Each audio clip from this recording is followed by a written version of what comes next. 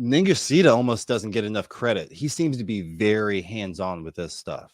And for people that don't know, Ningishita is Thoth.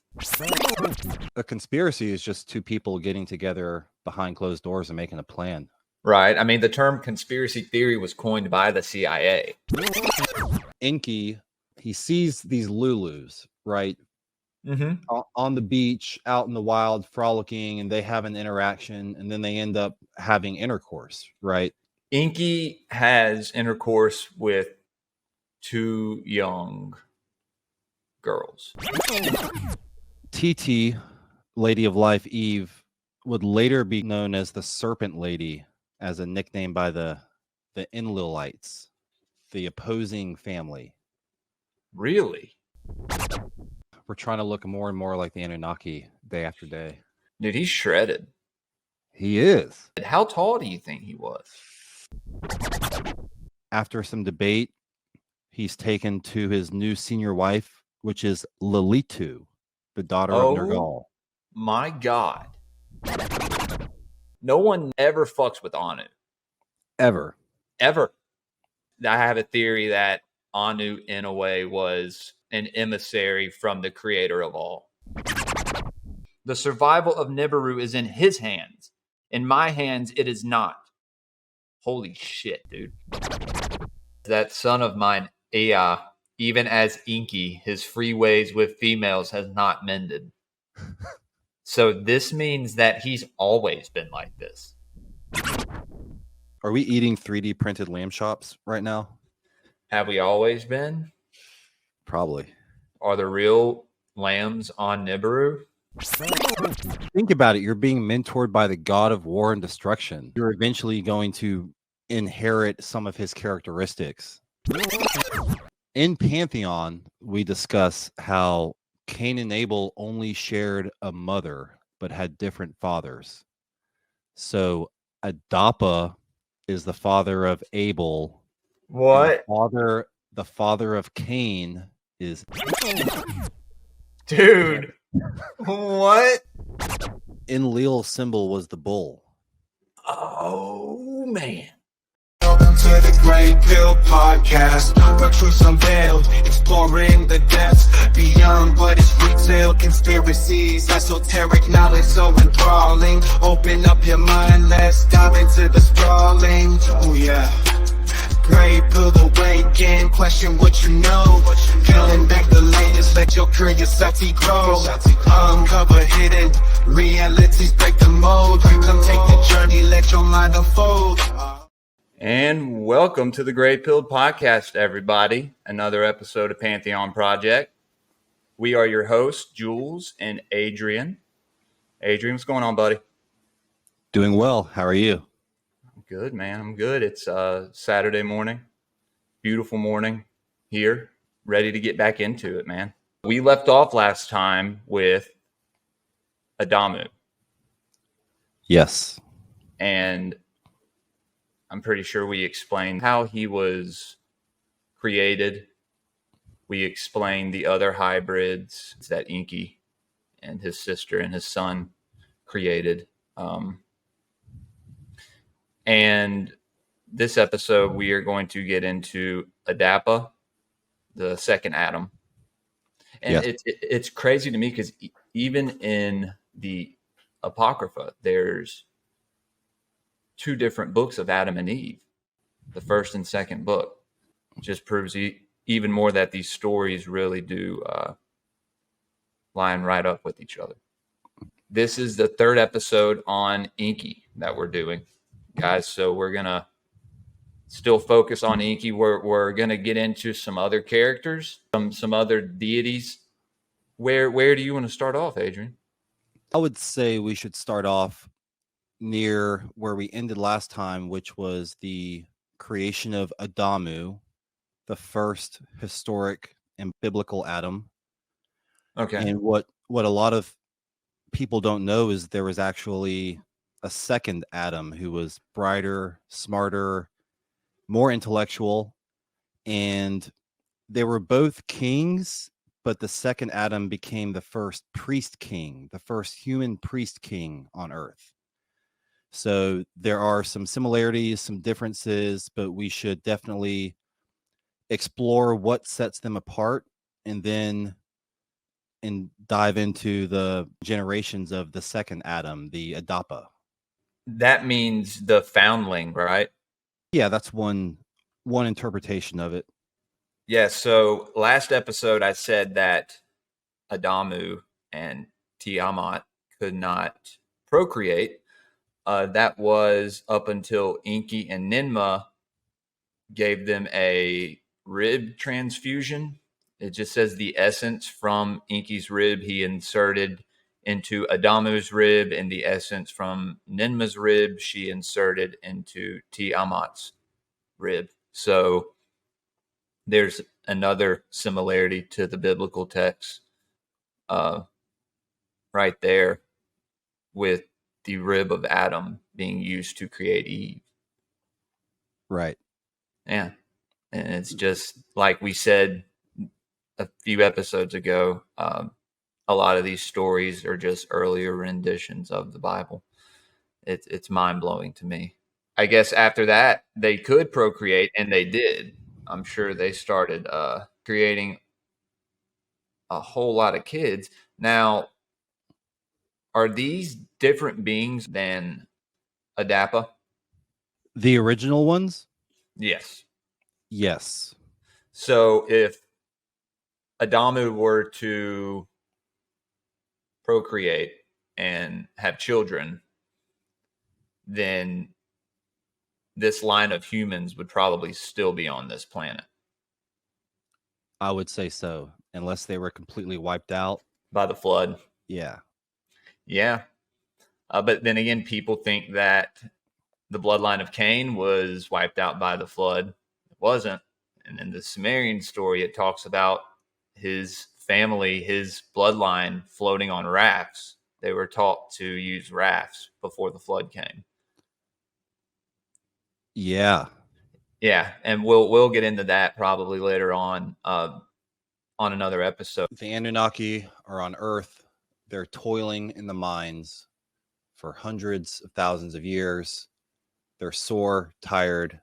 They need earthling women, or they need female entertainment because they have natural genetic inclinations like we do. Yeah, they have certain kind of desires and needs and wants. Yeah. Yeah. So Enki creates the primitive worker through genetic manipulation, also known as the Lulu. And these are from hominids they found in Africa. They mixed the essence of the African male hominid with Anunnaki male DNA and put it into a female goddess, Ninmah, to birth. So this new creation, Adamu, the first man, it's a genetic hybrid that created a lot of backlash amongst the other ruling pantheon, specifically Enlil. And we spoke about it last time. Like, they have these rules and regulations where they can explore the solar system and the galaxies and experiment to a certain extent, but creating a new hybrid life form seemed to be banned and forbidden.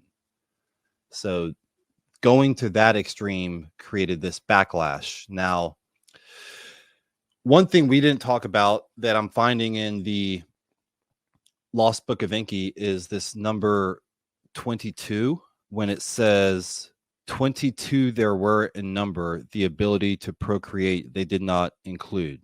And so this is when Ningishzida, the son of Enki, is assisting this genetic experimentation project. Ningishzida almost doesn't get enough credit. He seems to be very hands-on with this stuff. Like, he's almost equally responsible for the creation of Adam as Enki and Ninmah are. He's like the scientist. And for people that don't know, Ningishzida is Thoth, Tahuti, Hermes. He has a lot of names throughout. He was everywhere, and he will also have probably a 3-part episode.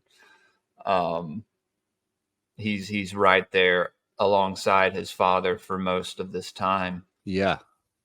Yeah, he's one of the greatest ones to study and emulate. If you were going to emulate one of the gods or goddesses, Ningishzida is probably number one, I would say. He made the least mistakes throughout the course of history.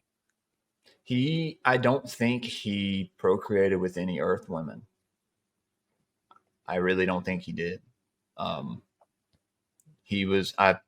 forget who his wife was. Geshtinana, something like that. Now, Gesa. I thought she was the half sister of all of them. She's the one who basically seduced Dumuzi and led him to his death. Her and Marduk. One report has it as Azimua. Azimua.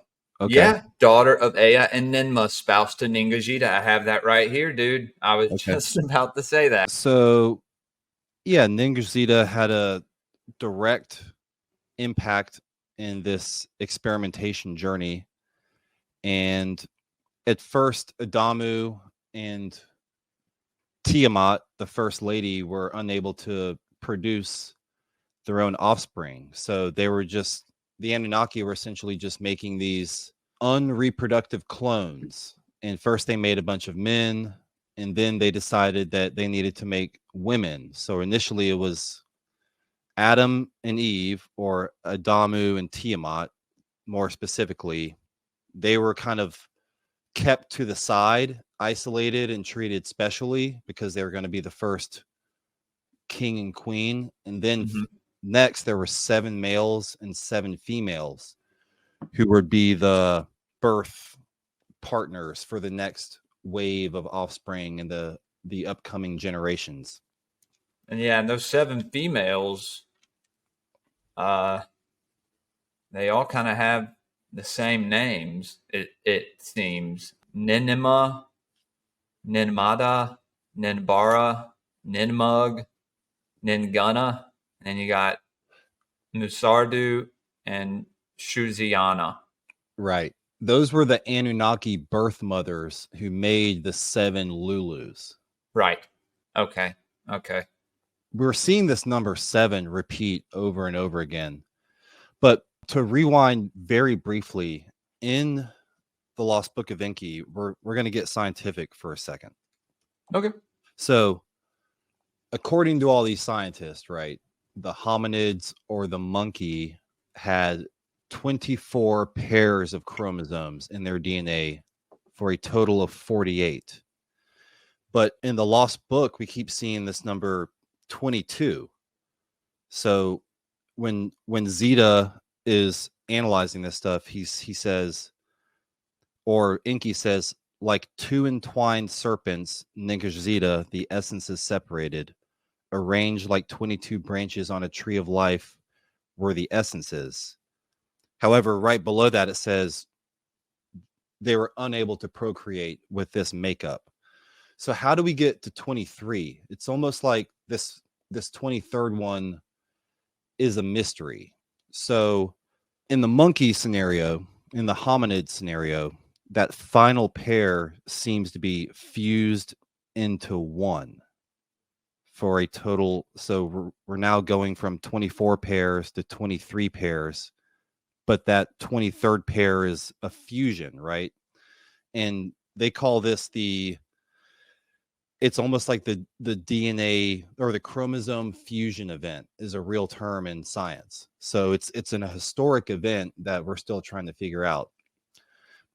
When I was researching this last night, in our DNA, out of those 23 pairs of chromosomes, 22 are called autosomes, where they're identical, so to speak, just a bunch of X's. And then that 23rd fused one is the sex chromosome. So males have an X and a Y, and females have an X and an X there. Right. So I found that interesting, and I kind of want to eventually get to the bottom of it, because I was confused at first by this 22 branches on the tree of life were the essence, but somehow there's a translation thing going on where either Zeta adds a pair, or in the hominids they remove a pair, but somehow Did he add a pair from himself? Anything's So possible. do we have like a piece of Thoth in us? I hope so. I mean, because I'm pretty sure that's where the word thought comes from. It is. Now, Yeah, so we always have thoughts. So we do. something to think about. Yeah. Like I So said, guys, we're conspiracy theorists first, and then we're researchers. We just love this stuff, so we're just kind of trying to put stuff together and get to the bottom of it. We're not saying we know anything. Oh yeah, absolutely. And We may know a thing or two, maybe. a conspiracy is just two people getting together behind closed doors and making a plan. Right. I mean, the term conspiracy theory was coined by the CIA. There Right. you go. There you go. Conspiracy theories really don't exist. They may be fake and gay. So everything may just be a conspiracy, guys. Exactly. So eventually, over the course of time, Adamu and Tiamat were able to conceive children. Fast forward a little while. So Adamu is essentially king in the 82nd Shar. He becomes king. This is 184,000 years ago. About 30,000 years after that, in the 93rd Shar, Lulus have proliferated. Remember, you mentioned if Adamu and Tiamat had children, would they still be roaming the earth today? And we thought it would be yes, unless they were wiped out. Well, they were still procreating for 30,000 years, because there is an event in the 93rd Shar where Enki, how do we put this? He sees these Lulus, right? On the beach, out in the wild, frolicking, and they have an interaction, and then they end up having intercourse, right?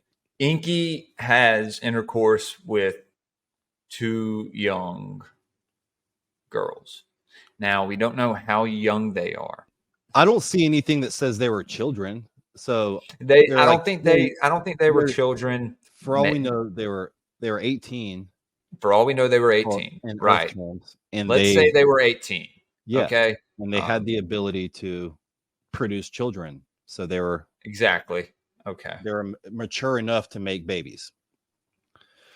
Well, correct me if I'm wrong. This is the first baby in a basket story that we find in history.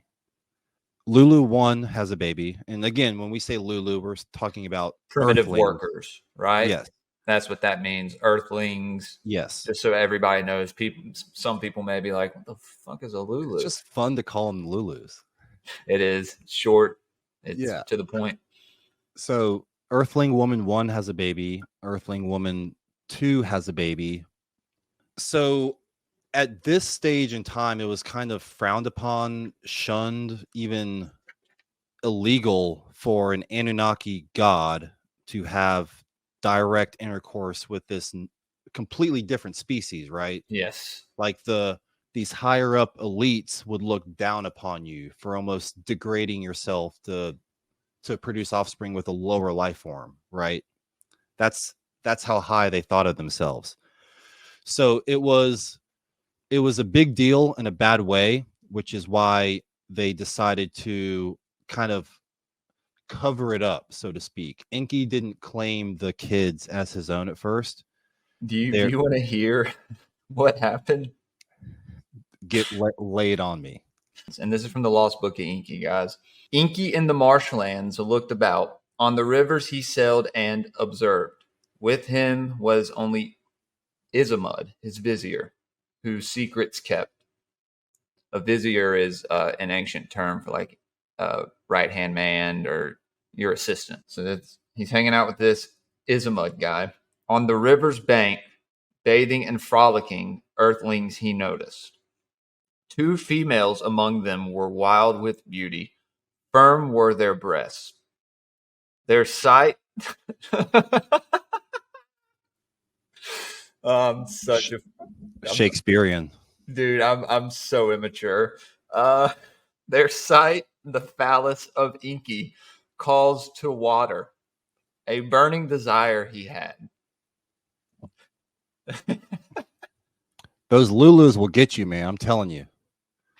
You got to watch Shall out. I not kiss the young ones? Enki, his vizier Izamud, was asking. I, the boat, will hither row. Kiss the young ones, Izamud to Enki was saying. Yo, Yeah, he was instigating. what the hell, dude? Oh, okay. Isamud, the wingman. A young one to him Enki called. A tree fruit she to him offered. Enki bent down, the young one he embraced. On her lips he kissed her. Sweet were her lips. Firm with ripeness were her breasts. Into her womb he poured his semen. Into her womb he poured his semen. In a mating he knew her. Into her womb she took the holy semen. By the semen of the Lord Enki she was impregnated. The second young one to him Enki called. Berries from the field she him offered. Enki bent down, the young one he embraced. On her lips he kissed her. Sweet were her lips, firm with rightness were her breasts. All right. So into her womb he poured his semen. In a mating he knew her. I don't know what that means. In a mating he knew her. Like you said, some Shakespearean shit. Into her womb she took the holy semen. By the semen of the Lord Enki she. So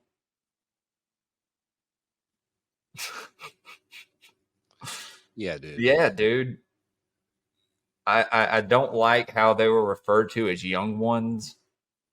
Yeah. But like you said, maybe they were 18. Yeah, it's hard to say with any degree of certainty, but for the benefit of the doubt, to remove all creep factors, Right. Pretend they were 18 or just mature. And you have to remember Enki's like really old. By this point, he could easily be 300 to 500,000 years old. Exactly. So, in Earth terms. So then a 20-year-old woman on Earth would be could a be young, a one. one. Right. Yeah. Right. Yeah. Everybody calm down. Yeah. Versus his sister. I had to read that, Yeah. man. I'm sorry. Enki took a liking to them, to the foundlings, it says, and as her own children, she raised them. So she was like, oh, shit, my husband went out here and did something bad.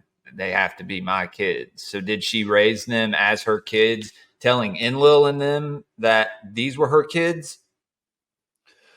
Eventually, they would find out, but it was kind of I know eventually Enlil finds out, and he is like, what the F? He's like, what the fuck, bro?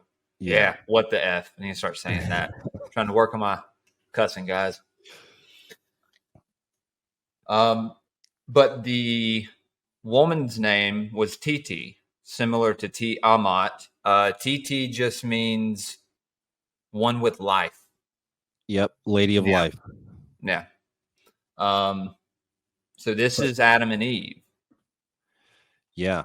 The father and mother of Cain and Abel. It's fascinating. So yeah, TT, Lady of Life, Eve, would later be known as the Serpent Lady, as a nickname by the Enlilites, the opposing family. Really? Yeah.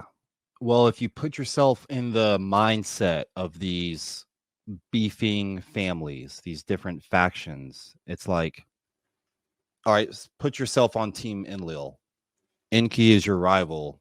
He has this offspring with a Lulu, which is forbidden. They're all about this new baby girl. They think she's special, but they're still your rival. You're going to call her a name that signifies something negative. They had already kind of psyoped this serpent term, making the snake a bad thing. So as Enki became the serpent or the devil or the deceiver in the Bible, it looks like Eve, not in the mainstream biblical sense, but in the ancient days, in the Sumerian kind of relationship dynamics, she became known as the Serpent Lady. Interesting. Yeah, it says here that basically they came out of the wilderness and Enlil saw them and sent word to Enki. Izamud was summoned, and he told Enlil, among the bulrushes and reed baskets I then found. So when does Enlil find out that that's bullshit? In my notes, I wrote Enki grooms brilliant Adapa, and by age 12, Enlil demands to see him. So it's like this. It's this situation that Enlil knew about, but until it got out of hand, he was just kind of letting it handle itself. And now this new Lulu boy, who is showing the greatest signs of potential compared to anyone else by far, is approaching the age of maturity and puberty, so to speak, age 12. And granted, we don't know that people had the same development periods back then, especially since they lived way longer. But it does say Enlil demands to see him. And then Enki explains to his stepbrother Enlil that Adapa is now part of a new generation of intelligent Lulus. So it's like Adam 2.0. It's a hybrid of a hybrid. Like I was saying, just like in the Apocrypha, it talks about the first and second books of Adam and Eve. Right. I'm looking at the Apocrypha right here. There's two, the first and second books of Adam and Eve. Okay. So like the book of Adamu and the book of Adapa, maybe. You know? Ooh. Now, what picture is this right here? Is this Adapa? It is Adapa. Yo! I told you, he's a G. Yeah, man. He's out here hustling, rocking the beard, catching fish. I'm sure everybody can tell past couple weeks I haven't shaved. I don't look 13 anymore, guys. We're trying to look more and more like the Anunnaki day after day. Right. Yeah. I mean, right. he just went fishing. Straight up and came down with a haul. Dude, he's shredded. He is. How tall do you think he was? Would you consider Adapa to have been a Nephilim? Or was it when these earthlings, when Adapa's line was mated with, were those the Nephilim? Do we see the term Nephilim before Enoch? No. I don't think so. It's probably this second Adapa line of Earth women that was engaged with by the fallen angels from Mars. That's like if a fallen angel came to Earth today. I mean, that's basically human hybrids. Right. Mating with an angelic race of beings. Yeah. Did you ever read that poem in high school, like Leda and the Swan? No. It's some famous author and writes. I went to Jackson Public School. No. Yeah, this lady essentially like has sex with a mystical swan or holy shit. Yeah, in a dream or something. And it was the first time I was like 16 or 17 years old. It was the first time I had heard anything about this concept outside of a church book or a biblical text.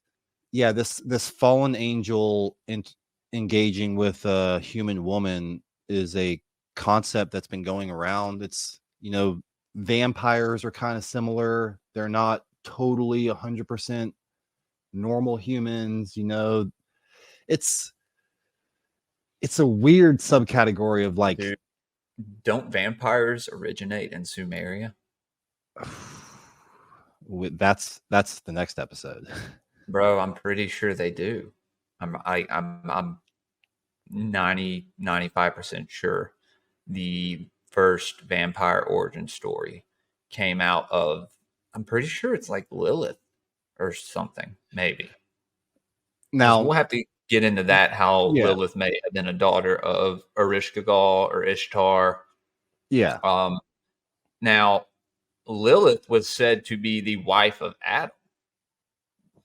Do you think TT may be Lilith, or do you think possibly Tiamat. That's a completely Now, different story. I know, all together, but I just thought I would get your opinion on that, because I know there's a bunch isn't of people that probably watch that are into the whole Lilith story and are fascinated by that. is Lilith the daughter of Nergal? I think. Right. Here's what I have in my notes. Oh, Adapa yeah. became a fanatical seafarer. He was a daredevil. He'd be the first of a forever ruling royal bloodline, the Sangreal. Ninmah suggested that Adapa marry an earthling woman from the Enlilite side. After some debate, he's taken to his new senior wife, which is Lilitu, the daughter of Oh Nergal. my God.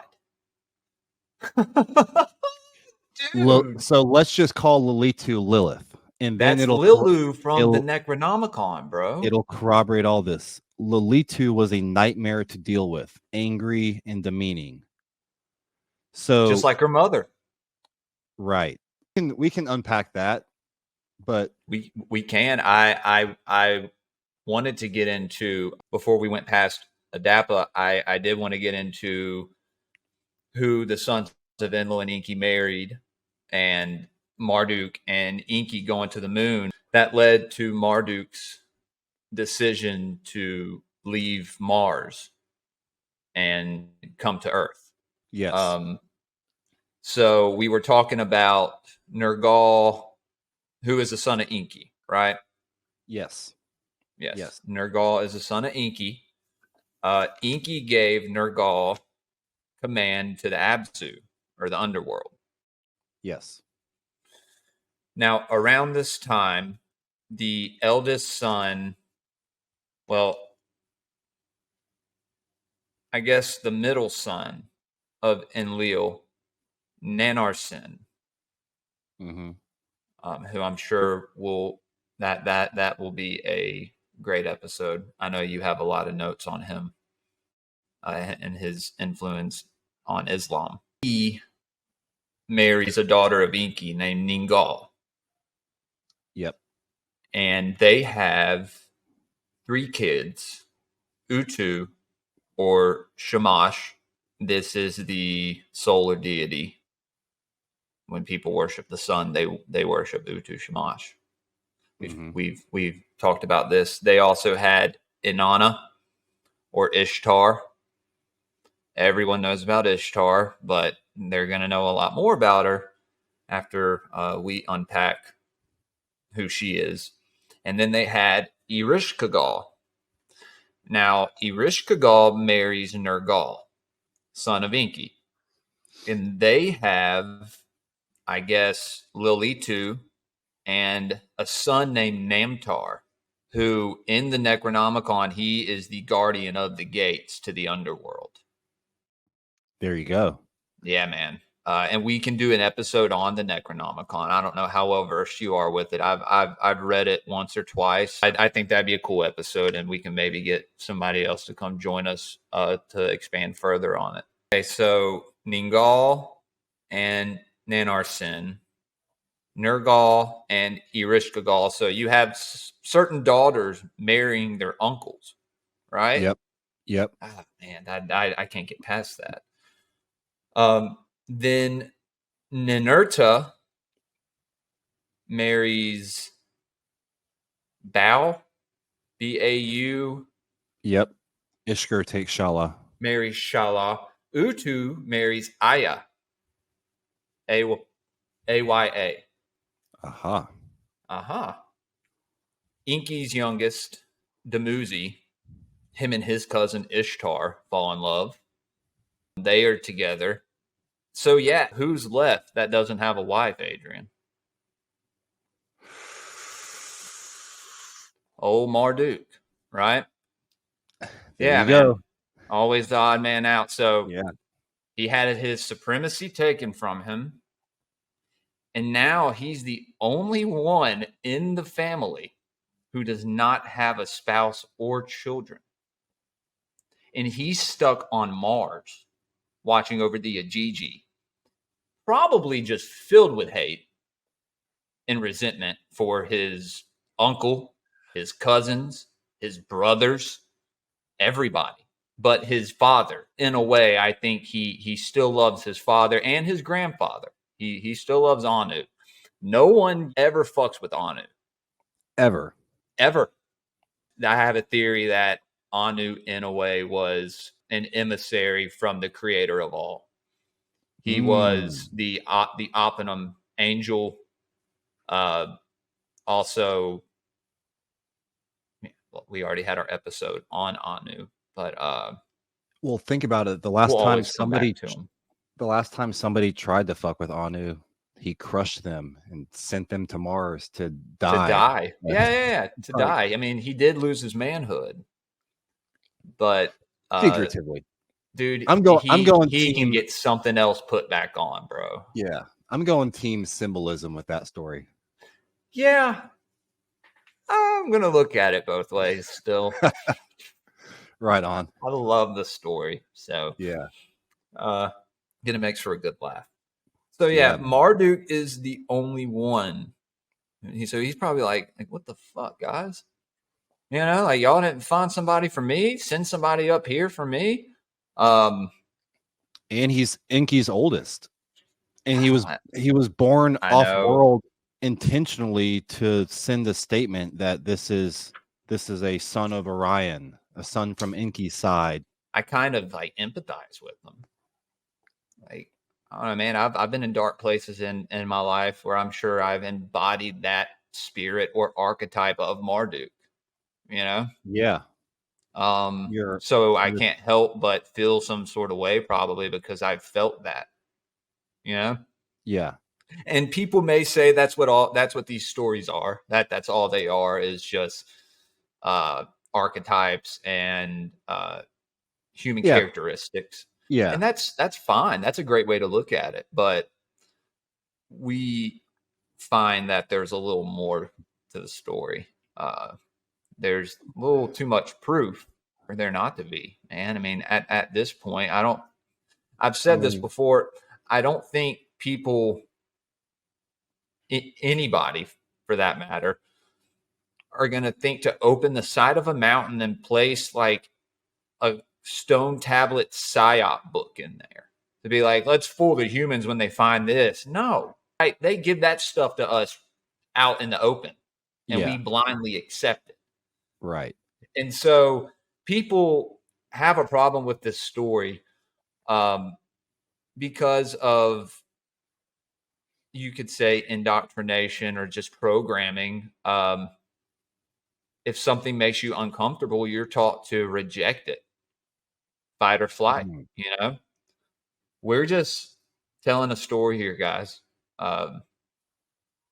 And we hope that y'all are enjoying, because this is only the beginning. We're still so early in this. Oh, dude, I know. I keep thinking like, oh man, nope, still got this whole book, and then we're gonna go through your book and pick out things in there. I'm gonna pick out some things too that we could talk about. But I wanted to read where Enki goes with Marduk to the moon. Let's get it. Let's get it, man. Now, this is the account of the journey to the moon by Enki and Marduk, and how Enki, the three ways of heaven and the constellations, he determined. Nearby the earth, a companion it has. The moon it is. Smaller is its net pool. Ascent and descent thereon little effort will require. Let us it as a way station consider. Let me and Marduk thereto journey. This is Enki talking. He's talking to his father Anu and asking his permission. The two plans Anu the king before counselors and savants for considering presented. Let the moon be first examined.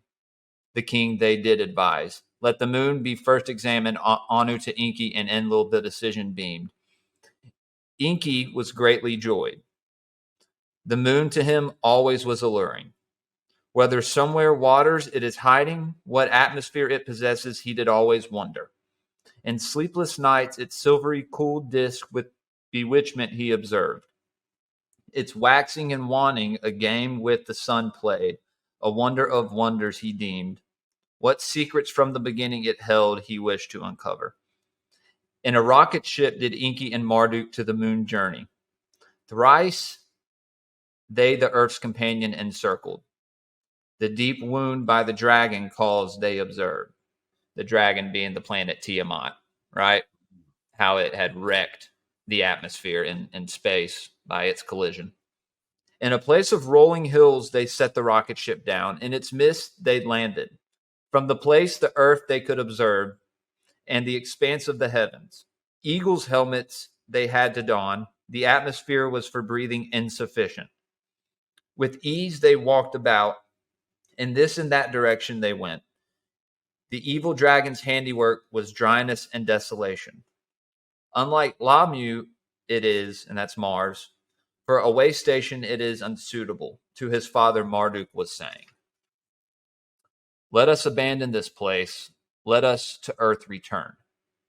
Do not be hasty, my son, so Enki to Marduk was saying. Are you not by the celestial dance of earth and moon and sun enchanted? Unobstructed from here is the viewing. The quarter of the sun is at hand. The earth, like a globe in the void, by nothing is hanging. With our instruments, we can scan the distant heavens, the handiwork of the creator of all, and his solitude we can admire. Let us stay. The circuits observe how the moon circles the earth, how the earth its circuits around the sun is making. So Enki, by the sights agitated, to his son Marduk was saying, by his father's words, Marduk was persuaded. In the rocket ship they made their dwelling. For one circuit of earth, for 3 circuits on the moon they remained. Its motions about the earth they measured, the duration of a month they calculated. For 6 circuits of earth, for 12 circuits about the sun, earth's year they measured. How the 2 were entwined, causing the luminaries to disappear they recorded. 6 were the celestials of the lower waters. So was Enki to Marduk explaining. 6 were the celestials of the upper waters. Beyond the bar, the hammered bracelet, they were Anshar and Kishar, Anu and Nuddimud, Gaga and Nibiru. These were the 6 others. 12 were they in all. Of 12 did the sun and its family make the count. So they talk about the placement of the stars in the heavens and all this stuff. Now, so we have Enki as the father of astrology here. Yeah. Here's when they start conversating about what's happening on Earth and their kingship. So the start of the cycle of celestial time, the measure, Enki to Marduk indicated. When on Earth I had arrived, the station that was ending by me, the station of the fishes was named. The one that followed after my name title, he of the waters I called. So Enki with satisfaction and pride to his son Marduk was saying, your wisdom in heavens embraces, your teachings my own understanding extend. But on earth and on Nibiru, knowledge and rulership are separated. So did Marduk to his father say. My son, what is that you do not know? What is it that you are missing? To him Enki was saying, the secrets of the heavens, the secrets of the earth with you have I shared. Alas, my father, Marduk was saying. There was agony in his voice. When the Anunnaki and the Abzu, the toil ceased, and the primitive worker you set to fashion, not my mother, but Ninmud, the mother of Ninurta, to assist you was summoned. Not I, but Ningajita, of me the younger, to help you was invited. Oh, bro. With them, not with me, your knowledge of life and death did you share. My son, Enki to Marduk responded, to you command was given of the Igigi and Lamu to be supreme. Alas, my father, to him Marduk was saying, of supremacy by fate we are deprived. You, my father, are Anu's firstborn, yet Enlil, not you, is the legal heir. You, my father, were first to splash down and Eridu established.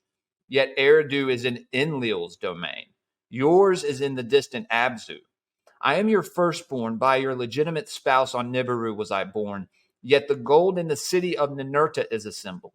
Therefrom to send or to withhold, the survival of Nibiru is in his hands.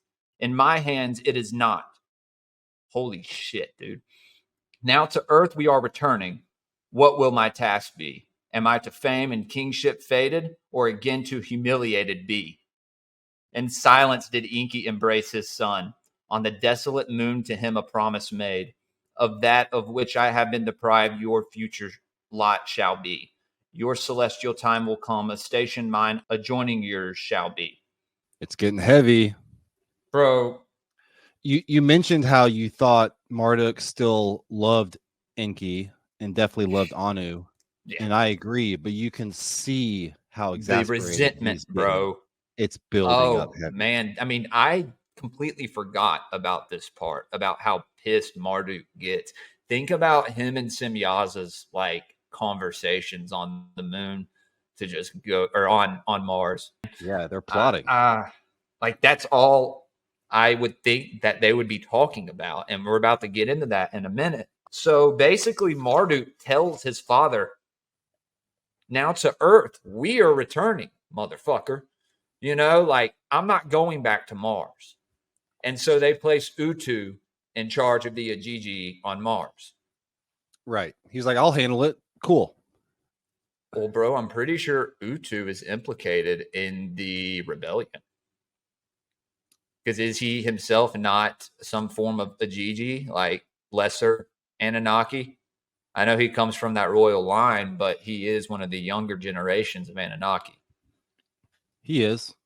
So he would align more with the Igigi on Mars as far as his attitude and his like camaraderie with them, probably. You know, they're probably his homeboys too. But was he leading the charge when they ransacked the Earth or stormed? That was Samyaza, dude. Yeah. Or so I think Shamgaz, as we'll get into here in a minute. I feel like Utu was more of a figurative leader of the Igigi. I don't know if he had all the nefarious intentions. So do you think that they were like, hey, we're going to this wedding, we may not come back, and he was just like, all right.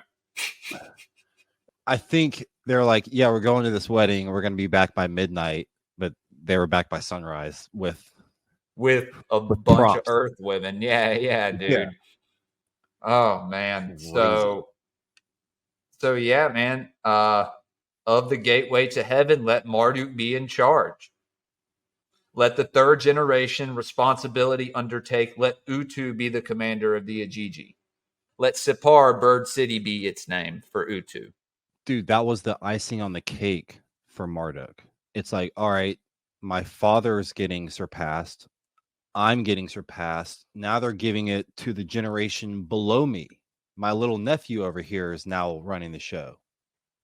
So he is fuming.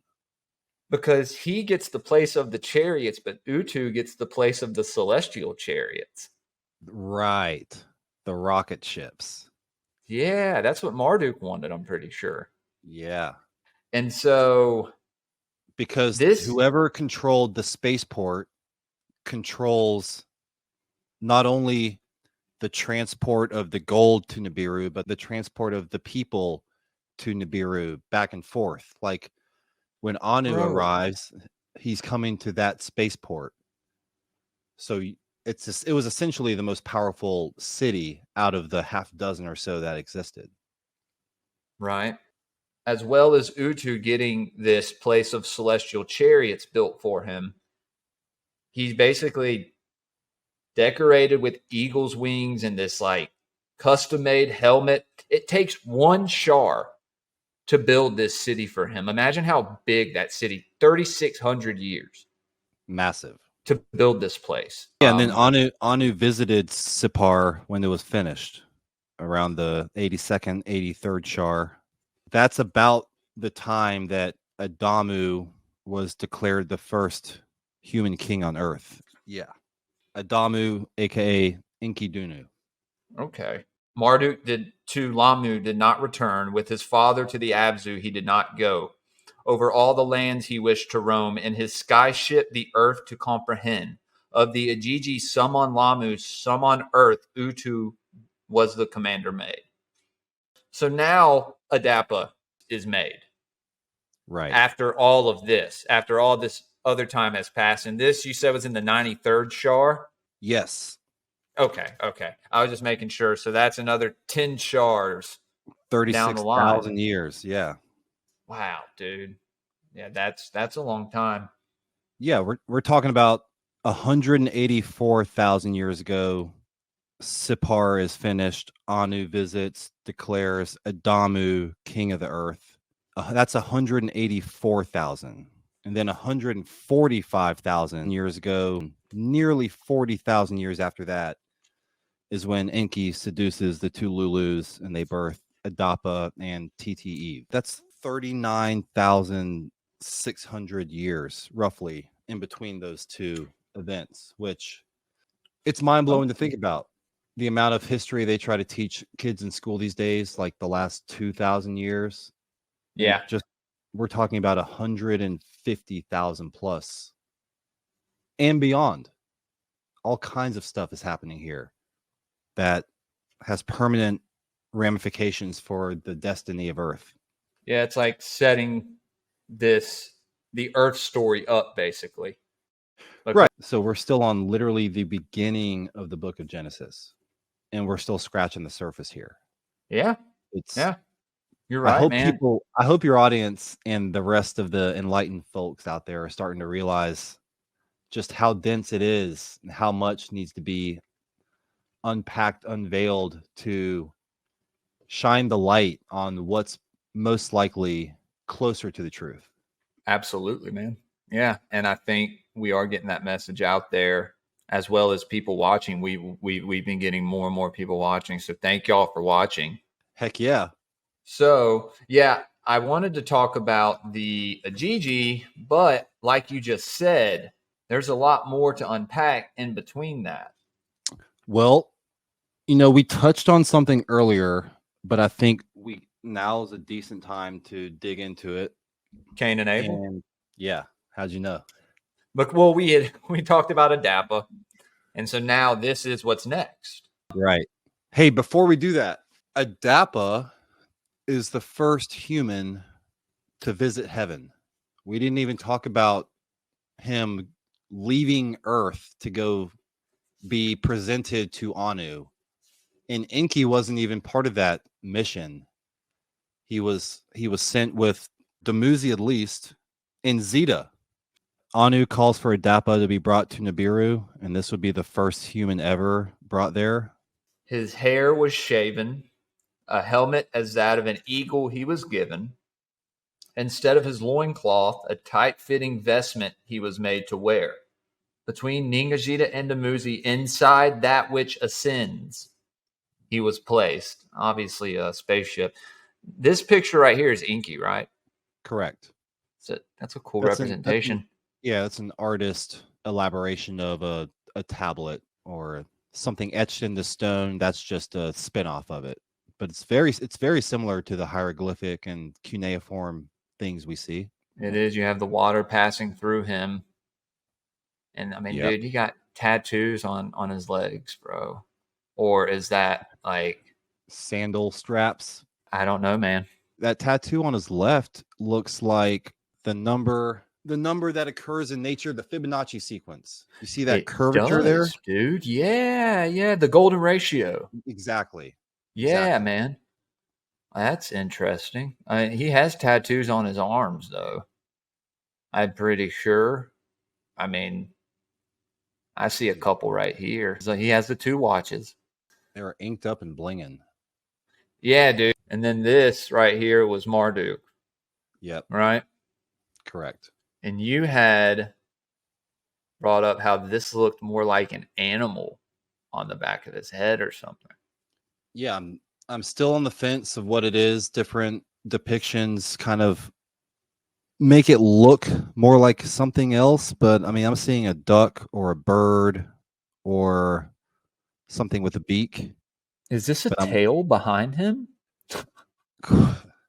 Bro, what is that behind him right there? Is that a tail or is that his leg? It could be the end of his cape, or he could be depicted with a tail because of his lineage, being the son of the serpent god. Oh my god, man!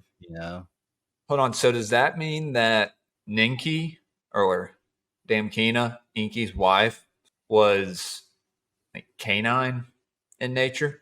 Yeah. the wife of Enki. Was she a canine from the canine tribe?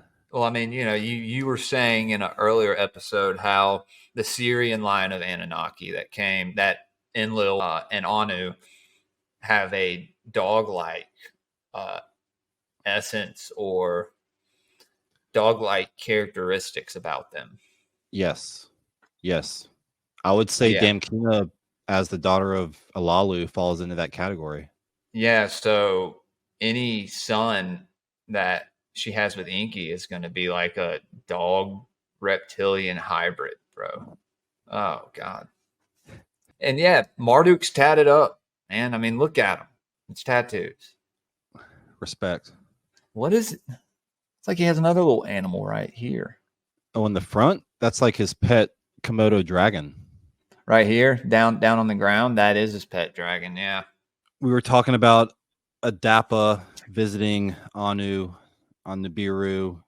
He was told by Enki to turn down any offerings of Ormus, or the mana, the monoatomic gold that provides sustenance, enlightenment. And essentially during this visit, Enki had slipped this sort of like USB device or some sort of technological small tablet that has information on it. And when Adapa refused the bread of life or whatever, Anu became suspicious. Everyone around became suspicious. They thought it was kind of rude that he turned down the food on Nibiru.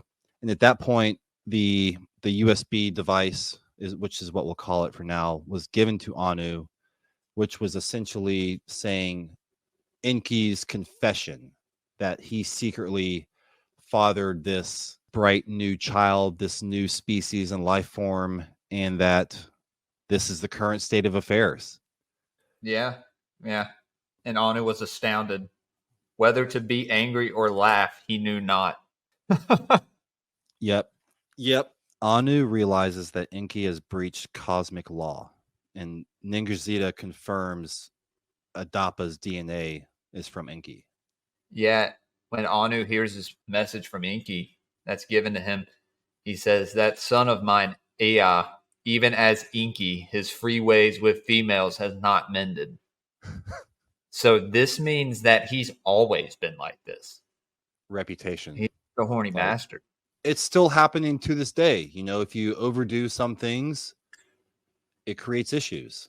Like, everyone's addicted to something, right? Overindulgence in anything, yeah, man, can create all sorts of problems. That's hilarious that Anu's like, come on, son, you're still like, you can't keep it in your you're pants. Still doing this, dude. Like, and then Ningirzida confirms, he's like, "I know not of this, but guess I can. The life essence of Adapa I have tested, of Enki's seed he is. Let his offspring there on earth fields till, and in meadows shepherd. To ensure his safety and avoid his agitation, Ningirzida with him back will travel. With him the seeds of Nibiru of grains which multiply to earth will be sent. Dumuzi the youngest for a shar with us shall stay." They revealed the truth to Marduk, and he was impressed. But that's when it introduces Cain, he who in the field food grows, and Abael, Abael. So Cain and Abel from the biblical text. He of the watered meadows. Abael was known as.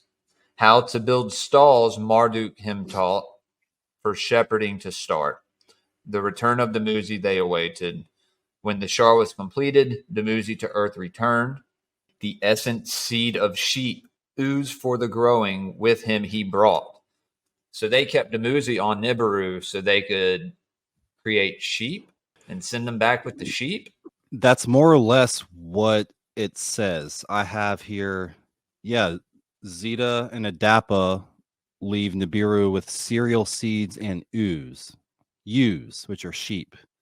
Right. And, Dumuzi was to stay and master the art of agronomy, which is crop production and soil management and crop production. So it seems like as Earth was growing in population, the numbers of Lulus were multiplying, they were trying to find ways to keep them sustained, fed.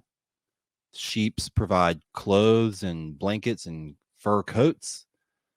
But I would love to be a fly on the wall for that, like, conversation of, all right, how many humans are there? How many sheeps do we need to send? How is this all going to work? Like, the mathematics of it has to be just fascinating. Well, it seems as if they gave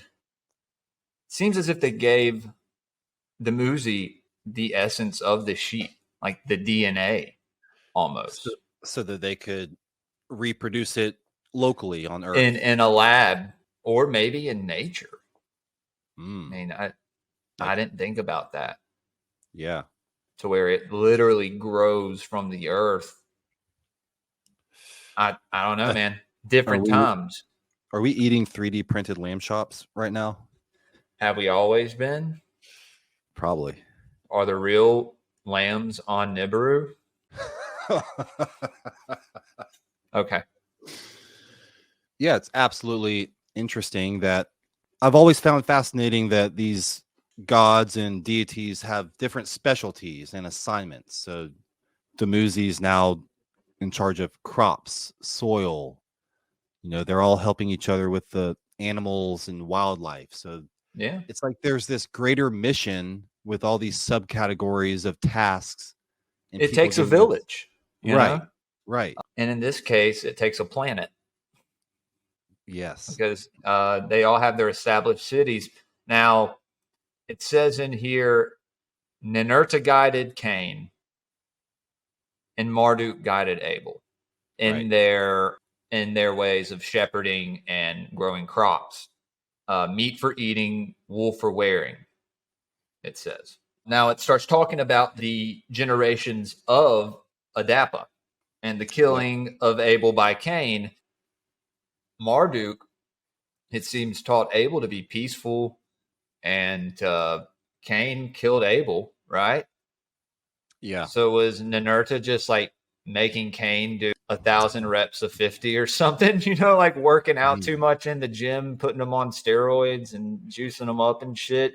You feel me? Think about it. You're being mentored by the god of war and destruction. You're eventually going to inherit some of his characteristics, whether that's emotional, anger, temper, or his technical skills of killing.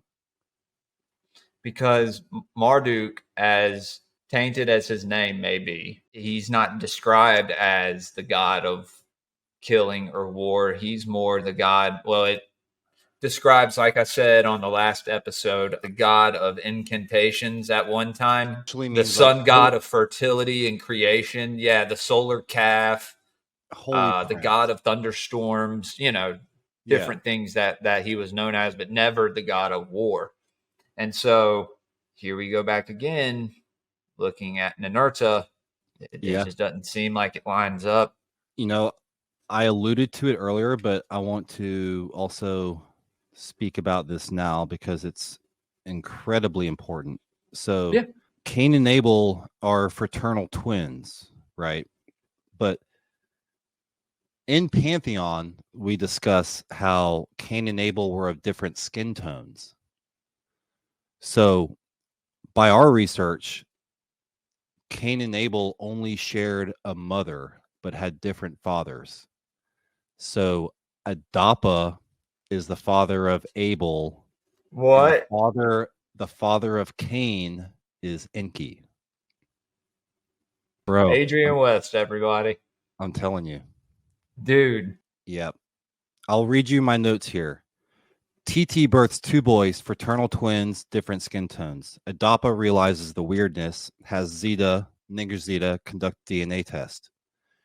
The younger son is Adapa's, the older is not. TT confesses the older son is Enki's. The older son, Cain, means son of Enki. Research the Jewish Midrash document, which explores this further. The younger son, Abel, means son of the Lord. And Cain would be forever villainized by the Enlilite writers because he was from the line of Enki.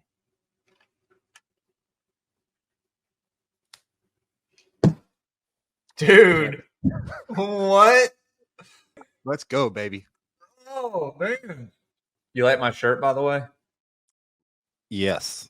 ParanoidAmerican.com, everybody. Oh, man. Yeah. Sending the signal home. Dude, that's wild. So then why was Marduk taking care of Abel?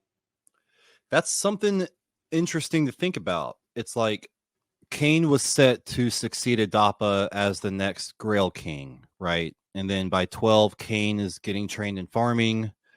Abel's getting trained in agriculture. Ninurta mentors Cain, which that's weird, right? It's like the uncle from the other side is mentoring you versus your direct uncle. And then Marduk, Enki's son, mentors Abel, which is Adapa's son. The reason why I'm not 100% on, it could just be like maybe Enki had other things to do, more important things to do versus mentor his own illegitimate offspring, but that is something to ponder on. Dude, I'm reading right here, and Marduk is like pissed about this, and he's like, Cain should be sentenced to the same punishment that Anzu got. Ninurta, by the words of Marduk, was saddened. Silence, not words. His answer was, your agony is great. Let us not agony. A new kind of earthling, a civilized man, by that upon the earth was brought. So they basically banish Cain to the east with his sister Awan as a spouse. Yep. Listen to this. By Ningajita was the life essence of Cain altered, that his face a beard should not grow. Cain's life essence Ningajita changed. Bro. Native Americans. Have you heard that? That Cain's the father of, like the Native American race, allegedly. What? You don't see them with a lot of facial hair because when Cain was banished out of the Eden, he was sent actually to the Americas and then was the original founder of those Central American original societies. We're talking about 55,000 years ago. He departed to the land of wandering. And so that's when in the 95th Shar, Adapa and TT had Sati or Seth. Yep. Right? Yep. And this is the line of Seth. In the 97th Shar, to Sati, a son by his spouse Azura was born by the name Enki, and that's Enosh, right? Mm-hmm. Okay. Master of humanity meant his name. Thereafter to Enki by his sister Noam, a son was born. Cunin, he of the kilns, his name had the meaning. That's Canaan, right? Yep. Right. In the 99th Shar, to Cunin, a son was born. By Mualit, a half-sister of Cunin, he was conceived. Malalu, he who plays, she named him. That's Malale, right? Or what's his name in the biblical text? I have Mahale Mehujael. Okay. The spouse of Malalu, the daughter of his father's brother, was Duna was her name. A son to Malalu and Duna was born. Their firstborn, he was Irid. Which is Jared. You're right, dude. Yeah. He of the sweet waters. So Irid met Baraka, the daughter of his mother's brother, she was. So, this correlates directly to the biblical text in that everyone was fucking each other's family members. Yes.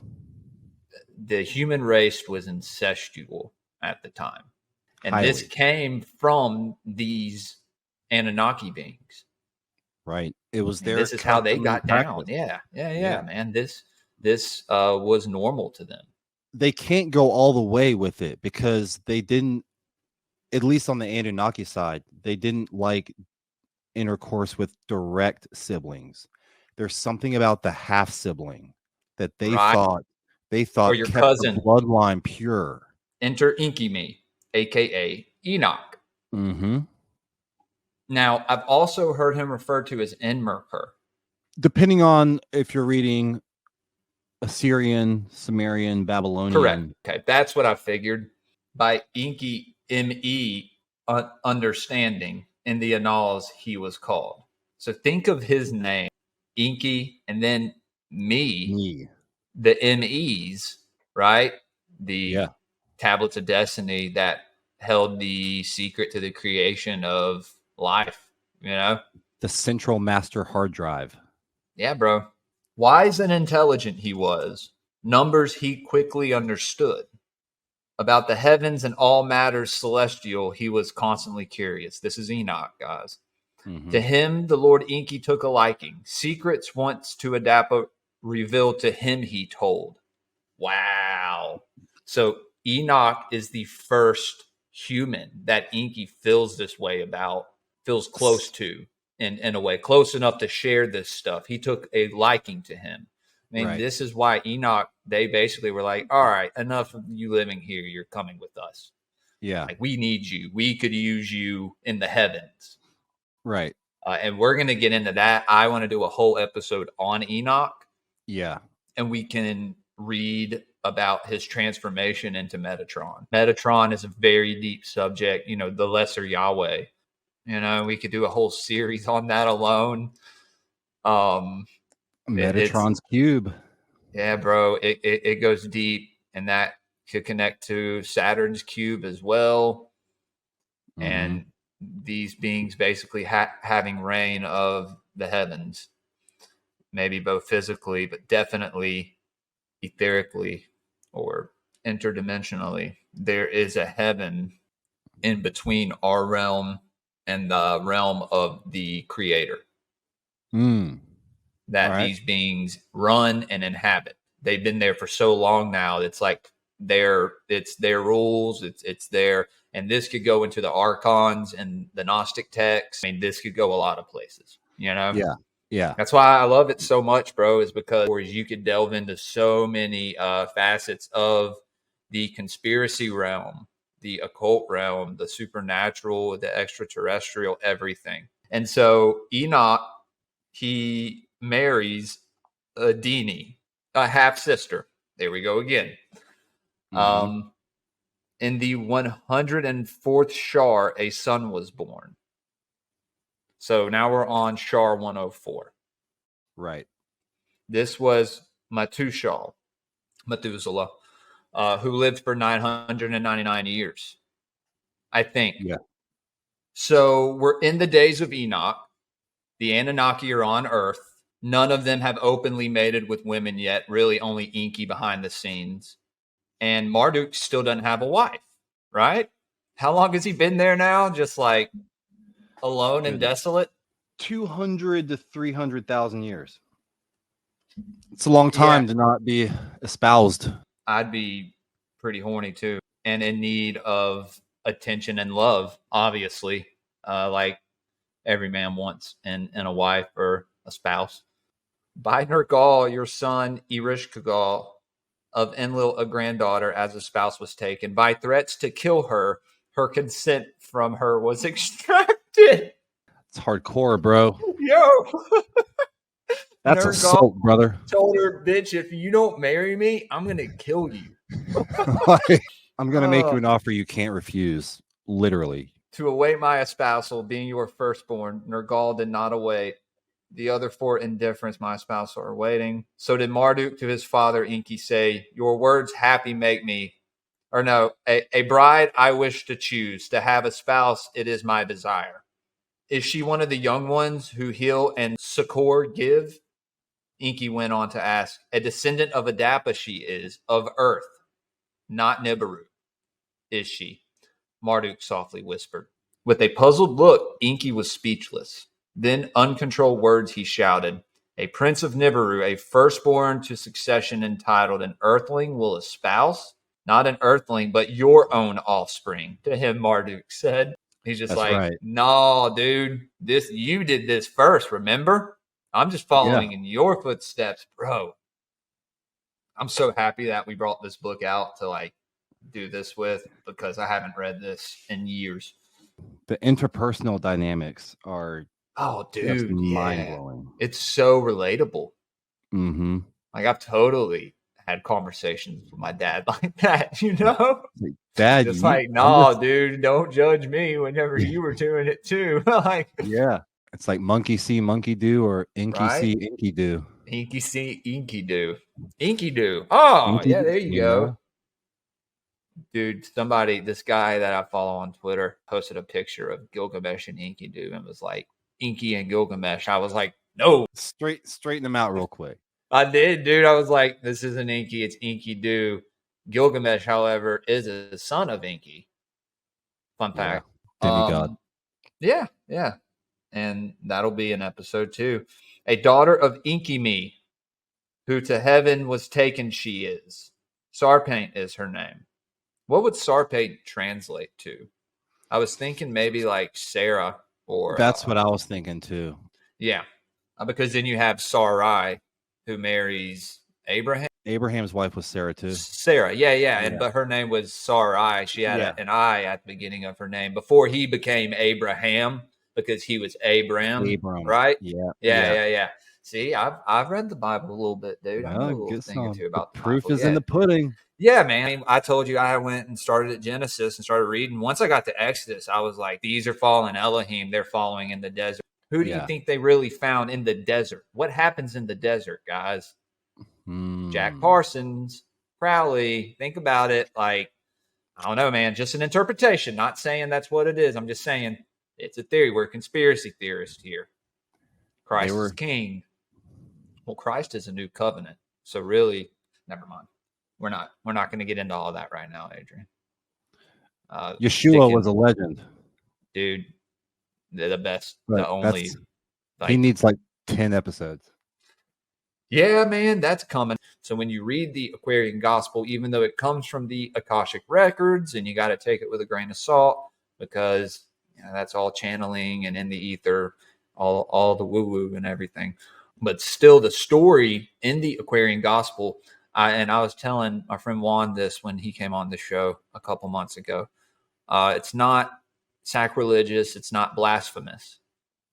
It's it aligns with the New Testament. It just tells so much more, and because the erasing of our sins through his sacrifice is an alchemical interpretation of it as well, his blood into the earth, to change everything. Like I was saying, it's a new covenant with Christ. Got to read the Jesus papers. I know. I'm just going to talk about what happens, and then we'll open up the next episode with the Igigi. And I mean, dude, we're almost through the Lost Book. And this is on Enki, so we'll just get through the rest of the book, and we'll kind of skip around. This is the account of how the Igigi, the daughters of the Earthlings, abducted, and how afflictions followed, and Ziasudra oddly was born. And next episode, we'll get into Noah, and we'll talk about how someone else may have been his father. I said, I wonder who's just randomly fathering all these Earthlings. Dude, that's crazy, but it makes so much sense at the same time. Enki's resume is all time. Dude, we keep learning more and more each episode. I love that we're staying in this story, because we're getting to go back and go forward a little bit and then bring it back, because it all is connected. But we're going to end up the episode talking about the Igigi and them coming down to earth. In a great number did the Igigi from Lamu to earth come. Only 1/3 of them on Lamu stayed. To earth came 200. To be with their leader Marduk, his wedding celebration to attend was their explanation. Unbeknownst to Enki and Enlil was their secret. To abduct and have conjugation was their plot. Unbeknownst to the leaders on earth, a multitude of the Igigi on Lamu got together. What to Marduk permitted is from us too should not be deprived. To each other they said, enough of suffering and loneliness, of not offspring ever having, was their slogan. Bro, so they were campaigning for this shit long before Marduk's wedding, in my opinion. Maybe me and you could go live on Samyaza one day for like a little 45 minutes or something. Maybe you'd like that. Let's dance. Yeah, it's fun, dude. Once you start Yeah. going live, it gets a lot easier. But for you, it should be fine, dude. You're not at all as autistic and spastic as me. I'm working on it. Like I said, man, it's been like 6 months now that I've been podcasting, so I'd say I'm doing fairly well. I'm just enjoying myself. Yeah. And enjoy meeting new people, man. And then talking to them. What I'm doing with you, man, I talk about on like every single podcast that I do. Great. Yeah. So, all right. During their comings and goings between Lamu and Earth, the daughters of the Earthlings, the Adapite females, as them they called, they saw, and after them they lusted. And to each other the plotters said, and here's Genesis 6, right? Mm-hmm. After all this time. Finally, now we're at Genesis 6, guys. We finally got here. Come, let us choose wives from among the Adapite females and children beget. One among them, Shamgaz, his name was, their leader became. Even if none of you agrees, I alone the deed shall do, to the others, he said. This guy didn't do anything good. Like, there's no good attributes about him. He never said a good thing about anybody. He had planned on the death of Osiris with Set. Yeah. True bad guy. So they swore this oath together. By the time of Marduk's wedding, 200 of them on the landing place descended. This is Mount Hermon, right? Mm-hmm. And here we're going to bring up this picture of the Igigi rebellion. This right here, I was showing this to Adrian earlier. I don't know what site this is from, guys, but right here you see these two Igigi, and they're naked. They both have horns, and I don't know what they're doing to these bulls. What do you think, Adrian? They could be they're having fun with the bulls, or you think they're like fighting them? I think they're wrestling them to cook them. Or, I mean, you don't think they're trying to have their way with them? This is titled the Igigi Rebellion now. I mean, bro, and then in Enoch, it says they... I got it. What? Enlil's symbol was the bull. Oh, man. And guys, Enlil is El, Saturn, Cronus.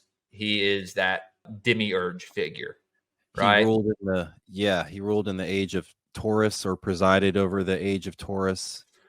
And dude, you want to hear something crazy? So Manly P. Hall and other mystics and theosophists and stuff, they called the demiurge Jehovah. Yeah, Bo.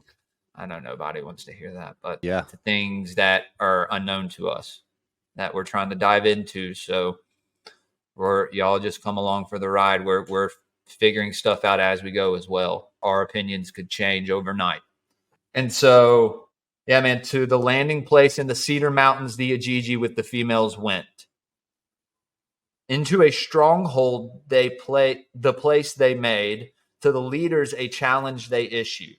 From there to Eridu they journeyed. Among the toiling earthlings they passed. Together with the earthling throng in Eridu they arrived. After the wedding ceremony of Marduk and Sarpain had taken place, by a signal prearranged, Shamgaz to the others a sign gave. Gave them a sign? What do you, light a beacon or something? And like make a bird call? Like what is this, dude? This is like a literal coup happening. Straight up. This is the first Satan, in my opinion. I mean, they're all fallen, right? Technically, they're all fallen. To stoop this low, you got to be living on a very low vibration. Right. It begs the question, there's so little that we can see about the origin story of Samyaza, but we can dive, dude. Yeah, what kind of upbringing did he had? Who crossed him to have him just go from, like, obviously he was respected enough to be deemed the leader and the commander of the Igigi. Whenever I read it, he just appears. Like, his name just appears. Like, and then Samyaza was the leader. Like, right. Shamgaz, as it is said here, I've never heard anyone talk. I heard this one guy last week on Tinfoil Hat, the first guy. Shout out John Lee Chowbeck, man. I think he's a boxer, maybe. He's from Florida. He talked about Samyaza on Tinfoil Hat, and I froze. I was like, oh, man. So I hit him up, dude, and then we actually had a pretty good conversation about it. We may get together. Nice. So maybe he can tell me more about this deity. Right. An earthling maiden each one of the Igigi seized. By force they them abducted. And Enlil now is saying, one evil deed by another has been followed. Fornication from Enki and Marduk, the Igigi have adopted. That's how Enlil puts the spin on it. Right. He has So to now blame Enki's someone. blamed for everything. Right. Yeah. And Marduk will pay the price. Marduk is the scapegoat, hence the Azazel, that name being attributed to Marduk. Azazel means the scapegoat. Wow. Yeah, man. That's goat. why it lines up, because everything from that pantheon of those gods in the book of Enoch is all going to end with El. Mm-hmm. Because that's who was in command at the time, was El, Enlil. And like I was saying, you get the E from the beginning of his name and the L at the end. Put that together. There's your Saturn deity right there, guys. Yeah. Man. And so Marduk and Sarpaint had Asar and Satu, Osiris and Set, and we'll get into that on the next episode. And I wanted to also bring up, before we get out of here, that this Igigi on the right is a centaur, I believe, Adrian. So I mean, those aren't human legs. Those are definitely hooves, guys. Yeah, man. Another Pantheon project, Elohim Etymology. Dude, thank you for doing a 2-hour episode with me, brother. Dude, it flies by when we're talking about Enki and this crazy saga, which, to our knowledge, is the closest we are to Earth history. Like what actually happened. It's wild. Guys, y'all be sure to go get Adrian's book on Amazon, Pantheon 1, The Golden Veins, by him and Mr. Saili. A lot of great information in here. Like I said, I want to do an episode on this book where we could incorporate things that we haven't talked about on these episodes. I'm so down. That's the way we'll do it. Have a visual parameter as our foundational outline, and then branch off the root of the tree from there. Hell yeah, man. I'm stoked about this. We have a lot of cool stuff coming. Yeah, now everybody knows Enki is the father of Cain. Is there anything that you wanted to plug? At the moment, same old, same old. You can find me on Instagram at Adrian West HQ. If you have any questions about this content, the book series, or anything Anunnaki or ancient alien related, so to speak, shoot me a DM or go to my website, shoot me an email on there. It's adrianwesthq.com.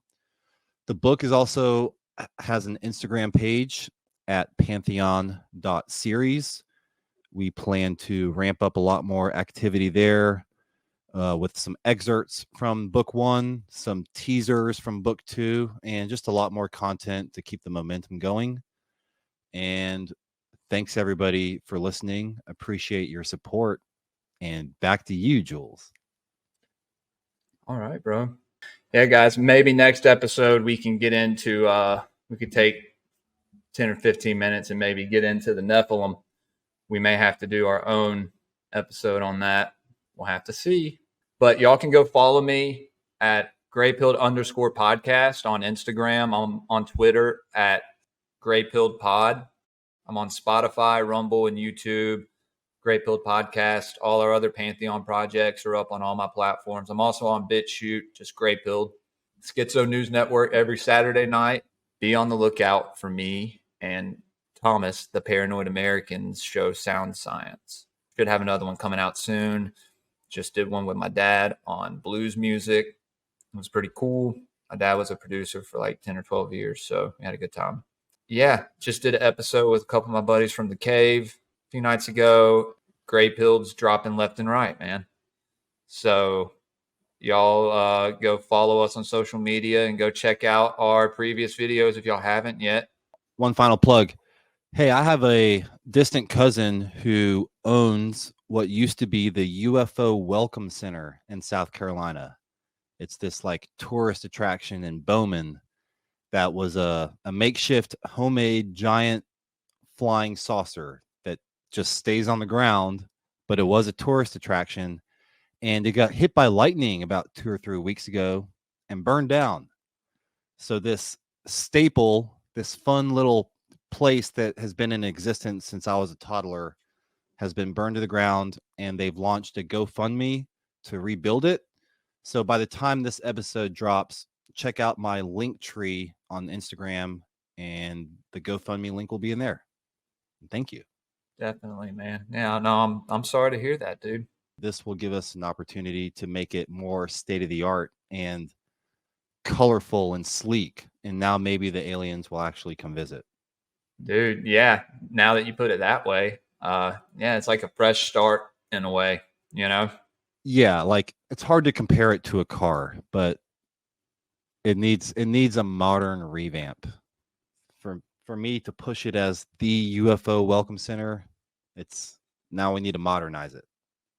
Hell yeah, man. Well, yeah, we'll post that GoFundMe link in our description as well as your links. Guys, y'all go to paranoidamerican.com, shop with my boy Thomas. Also go to oddfellowsbrand.com and buy some stuff from my boy Cody. He has some awesome designs on there as well. So, Adrian, it was great seeing you, brother. Always a pleasure. And until next time, you guys stay gray-pilled. Have a good weekend, man. You do the same. Stay woke, stay vigilant, stay gray-pilled. Stay alert. All right, man. All right, brother. I'll see y'all later. Come on down, come on down. Bring the magic staff, and I'll bring the sin. Nobody knows about the trouble we're in. Come on in, let's make some Nephilim. It's the Nephilim Portal Baby playset. Comes with a fallen angel, Nephilim baby, and portal to another dimension. One of the Paranoid American playsets. Collect them all at paranoidamerican.com. Disclaimer: these are custom art creations and not toys meant for wimpy little new world order babies. Don't eat the art. Don't sue the artist. For more details, visit paranoidamerican.com. Gather round, all you mystery seekers. We're diving deep into the dark, exploring realms beyond what's known, where the secrets of the shadows leave their mark. Come take a ride on the Greypilled Express, where esoteric knowledge is our guest. From conspiracies to cryptids, we unveil the veil. Mysticism and the occult are forbidden tales.